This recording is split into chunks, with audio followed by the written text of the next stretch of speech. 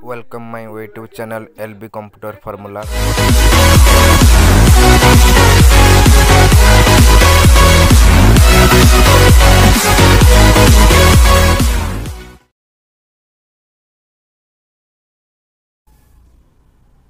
पिलामाने पूर्व कालांशरे आमे कंप्यूटर मुख्य अंश संपर्क में पढ़ी एवं सेथिरे कीबोर्ड संपर्क में पढ़ी। कीबोर्ड द्वारा आमे कंप्यूटर को तथ्य दे थाउ। एही तथ्य गुड़िक आमे मॉनिटर रे देखि थाउ एवं मॉनिटर रे जहाँ तथ्य देखु ताहा किपरि आसी थाए ना ताहा सीपीयू द्वारा प्रोसेसिंग हुई आसी थाए। सीपीयू रे कौन हुए प्रोसेसिंग हुए, मॉनिटर रे ताहा आमे देखि पारु, तथ्य को देखि पारु एवं कीबोर्ड रे आमे तथ्य कंप्यूटर को देई थाउ। तो एही परि भाबे कंप्यूटर रो मुख्य अंश गुड़िक कार्य करे। तो पिला माने आजिर कालांशरे आमे कौन पढ़िबा ना आजिर कालांशरे कंप्यूटर रो सहयोगी अंश गुड़िक पढ़िबा, जेपरि कि प्रिंटर, स्कैनर ओ माउस एवं एहा सहित सीडी बा कॉम्पैक्ट डिस्क संपर्क रे मध्य पढ़िबा। चलो पिला माने आजिर कंप्यूटर कालांश आरंभ करिबा।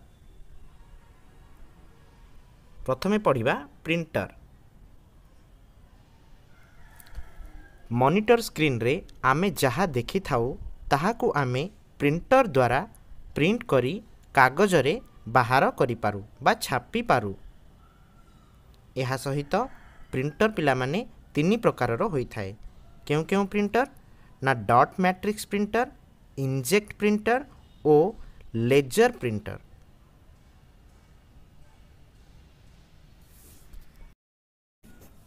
एहा परे पढ़िबा स्कैनर।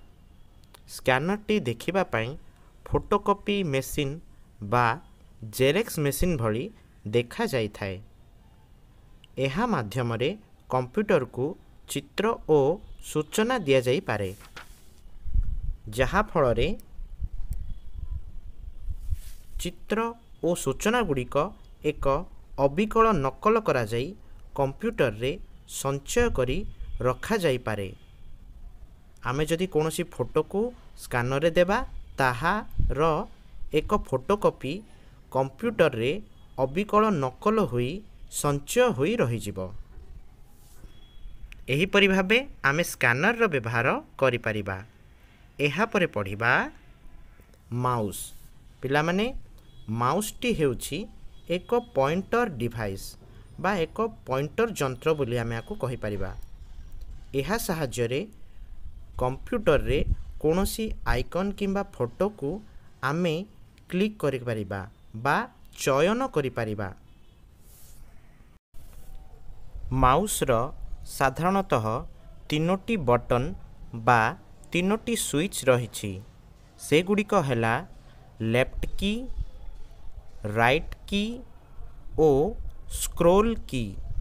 पिला माने माउस रो केतोटी स्विच बा बटन रहिछि, तीनोटी बटन रहिछि। गोटिए हैला लेफ्ट की, आउ गोटिए हैला राइट की, आउ गोटिए हैला स्क्रोल की।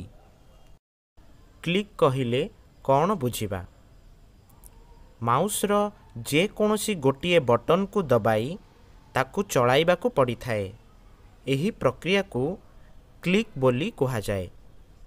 जदि आमे लेफ्ट की को दबाइबा ताहाले ताकू लेफ्ट क्लिक बोली कहिबा। ठीक सही परी राइट की को दबाइले ताकू राइट क्लिक बोली कहिबा।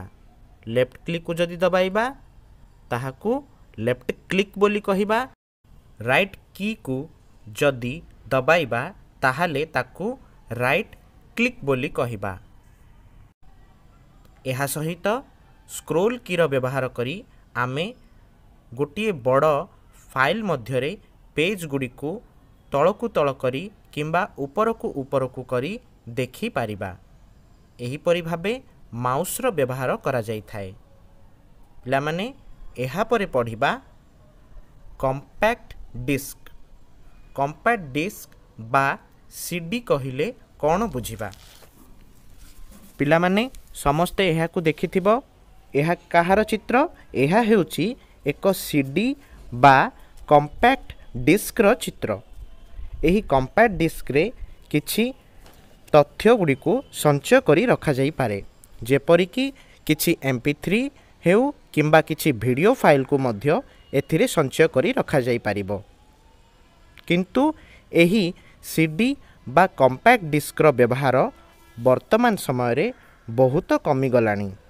ଏହା ବଦଳରେ ପେନ୍ଡ୍ରାଇଭ୍ର ବ୍ୟବହାର ବର୍ତ୍ତମାନ ସମୟରେ ବହୁଳ ଭାବରେ ହେଉଅଛି। କିନ୍ତୁ କମ୍ପାକ୍ଟ ଡିସ୍କ ବା CD କ'ଣ? ଏହା ହେଉଛି ଏକ ତଥ୍ୟ ବା ଡାଟା ସଞ୍ଚୟ କରିବା ପାଇଁ ଏକ ଯନ୍ତ୍ର ବା ଏକ ଡିଭାଇସ୍। ଏଥିରେ ଆମେ କ'ଣ କରିପାରିବା? ଡାଟା ସଞ୍ଚୟ କରି ରଖିପାରିବା। ଯେପରିକି ବର୍ତ୍ତମାନ ସମୟରେ ବ୍ୟବହାର ହେଉଥିବା ପେନ୍ଡ୍ରାଇଭ୍ରେ ଡାଟା ସଞ୍ଚୟ କରି ଆମେ ରଖିପାରୁଛନ୍ତି। ଏବଂ CDଟି ଦେଖିବାକୁ କିପରି ହୋଇଥାଏ? ନା CDଟି ଦେଖିବାକୁ ଗୋଲାକାର ହୋଇଥାଏ ଏବଂ ଏହାର ମଝିରେ କ'ଣ ଥାଏ? ଏହାର ମଝିରେ ଗୋଲାକାର ଆକାରରେ ଏକ ହୋଲ୍ ରହିଥାଏ। ପିଲାମାନେ, ଆଜି ଆମେ କ'ଣ ପଢ଼ିଲେ? ଆଜି ଆମେ ସର୍ବପ୍ରଥମେ ପ୍ରିଣ୍ଟର ସମ୍ପର୍କରେ ପଢ଼ିଲେ, ଏହାପରେ ସ୍କାନର ସମ୍ପର୍କରେ ପଢ଼ିଲେ, ଏହାପରେ ମାଉସ୍ ଏବଂ ତାର ବ୍ୟବହାର, ଏହା ସହିତ କମ୍ପାକ୍ଟ ଡିସ୍କର ବ୍ୟବହାର ସମ୍ପର୍କରେ ମଧ୍ୟ ପଢ଼ିଲେ। ପରବର୍ତ୍ତୀ କାଳାଂଶରେ ଆମେ ଏହା ସମ୍ପର୍କରେ କିଛି ପ୍ରଶ୍ନ ଉତ୍ତରର ଆଲୋଚନା କରିବା।